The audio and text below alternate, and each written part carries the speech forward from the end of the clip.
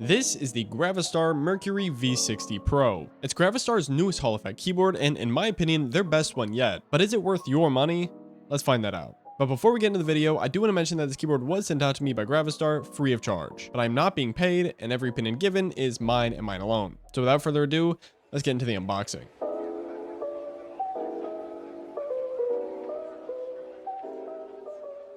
After taking off the cardboard sleeve and lifting up this really premium feeling box, the first thing you'll see is the keyboard itself wrapped in a soft bag. Under that is an envelope with a cloth, a manual, and some stickers. Lifting up this cardboard platform, right under that you'll find the second set of keycaps, which we'll go over later. To the left of that is the first accessories box. This box has a keycap puller, a pretty nice well-made feeling switch puller, and 4 extra switches. Lastly is the second accessories box, which has this weird little brush and the USB-A to USB-C power cable.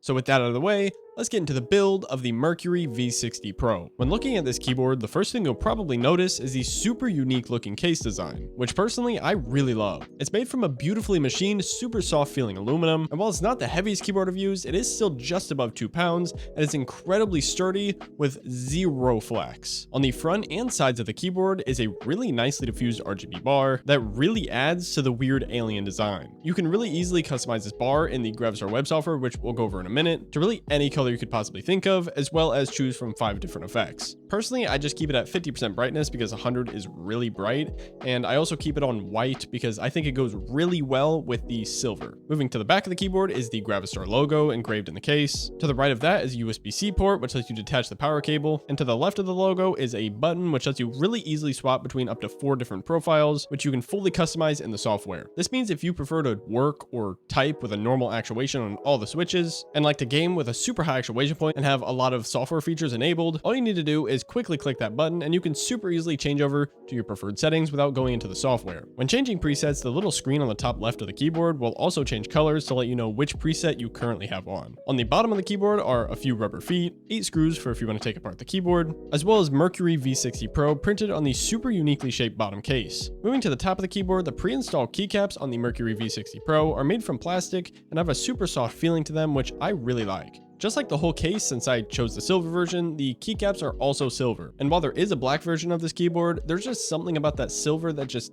hits different. The legends on the keycaps are quite simple, but I think are fitting, and the black enter and escape key also add a nice contrast. But like I mentioned in the unboxing, the V60 Pro also has a secondary set of keycaps that comes with the keyboard. These keycaps are made from a clear polycarbonate and have a frosted top, which I think looks beautiful. They have the exact same legends as the original keycaps, have a soft and smooth texture to them, and as you've been seeing in the B-roll, they also look great with the vibrant south-facing RGB diodes that are really nicely diffused from the switches, which we'll talk about in a second. Honestly, I'm not sure which set I prefer because they both look great, but the one downside to the secondary keycaps is that the legends are a little less visible because it's clear and frosted. It's just harder to see though. This wasn't really an issue for me, but it is definitely something that I just noticed. The switches on the V60 Pro, funnily enough, also stick with the alien looking design, being GravaStar's own UFO magnetic switches. They're linear, pre-lubed, and have a lifespan of more than 100 million clicks. And since they're Hall effect, they also have an adjustable actuation from 3.5 millimeters all the way down to 0.005 millimeters. From my time using these switches, I've honestly really enjoyed them. They're super smooth and don't really have much resistance, so they feel super clicky and snappy. Like I mentioned earlier, the RGB diodes under the switches get surprisingly bright, just like the outer bar. The RGBs also appear even brighter because of the silver aluminum top plate's reflectiveness, but obviously if you get the black version, that won't be the case. The stabilizers in this keyboard are clip-in, which makes them really easy to remove or replace. They're also pre-lubed and sound decent, although the spacebar does sound a decent bit worse than the rest, being a little hollow, which is unfortunate. Throughout the rest of the case are also 5 acoustic foams and silicone pads to make this keyboard sound the best it possibly can. Speaking of sound, here is a sound test of the Mercury V60 Pro with the UFO magnetic switches.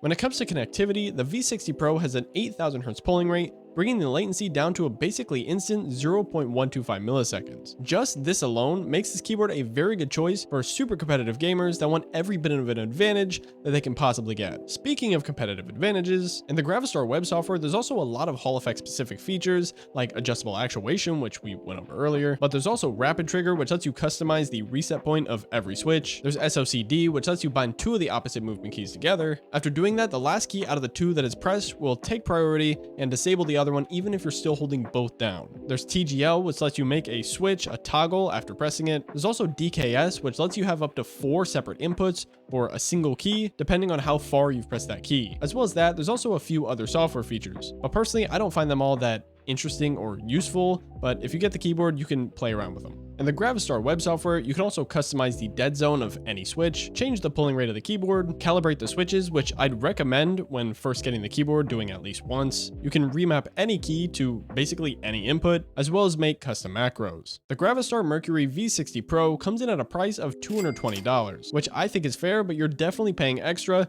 for the unique look. If you're watching this video before the 30th of November and you're planning on buying this keyboard, you can use my code Peyton for up to 30% off. I do not benefit from use of this code at all, but it is there if you want it. Personally, I've genuinely enjoyed my time with this keyboard, and honestly, I'd say that it's one of my favorite looking keyboards that I have. But with that being said, thank you so much for watching. I appreciate you for being here, and I hope to see you in my next videos.